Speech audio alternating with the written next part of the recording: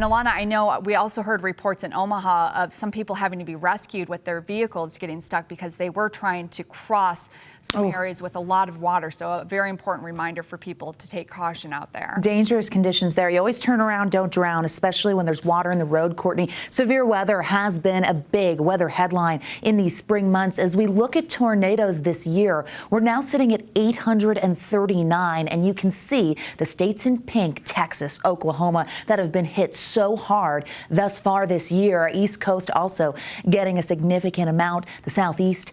And even in Utah, our landspout tornado marked down as 1 for us in the west. But gosh, your heart goes out to everyone impacted by severe weather in these months. And we know we're not finished just yet. Closer to home, dry conditions with blue skies in Iron County, 64 degrees in Cedar City right now. We do have drier setup here as an exiting storm system is leaving the region. Beautiful shot from Lehigh.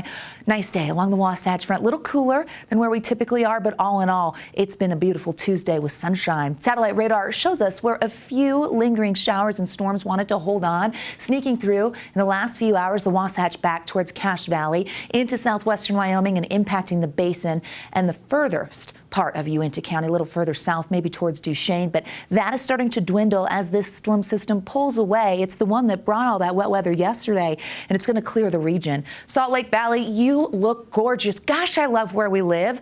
I'm sure you do too, with a view like that. So pretty. Clearer conditions, temperatures in the 60s. Usually we're in the 70s. I do love the 70s, but today's not bad. 63 in Salt Lake, running below average. 50s for the Wasatch back and over in the basin. 60s for northern Utah. A nice mix of 50s and 60s throughout central and southern Utah, with 70s popping up in places like Hanksville and St. George, as well as over Lake Powell. For the Wasatch Front, we'll hold on to dry conditions tonight with mostly clear skies. 60s to 50s by ABC4 News at 10. 53. Not bad.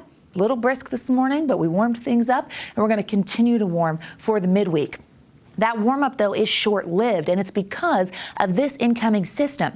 Wednesday evening, we get another system that grazes northern Utah that's going to send a cold front through. Limited moisture potential, but that will knock down our temperatures. So we briefly warm up with southwesterly flow for your Wednesday.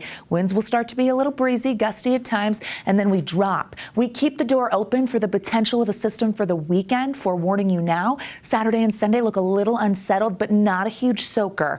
So heads up there. High pressure eventually builds from the west. That includes for Memorial Day. Your holiday weekend will close out as we dry out. And that warming trend says something here about the long range, because you see it dominates the entire western United States. Futurecast shows those showers dwindling, and as we get through our Wednesday, fairly quiet. But notice the approaching cold front.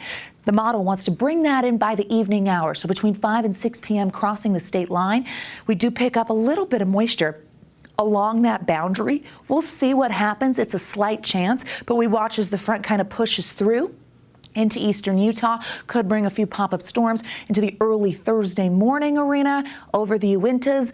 But moisture, again, not a tremendous amount. But we do get cooler air behind it by Thursday afternoon. Those temperatures drop. We eventually warm up, though. Forewarn long range, giving you the 6 to 10, showing dry conditions over the next 6 to 10 days, including in Utah.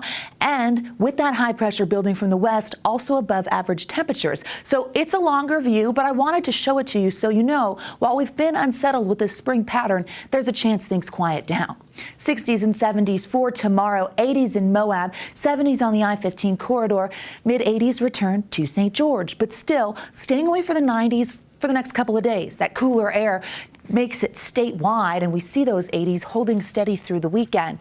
Now, as we hit Memorial Day, 90 degrees in southern Utah, and we're going to hold on to warmer conditions for the holiday in the north as well. Checking out the unsettled pattern, you notice those 70s down to 60s with that front, and then possibly a little wet weather over the weekend.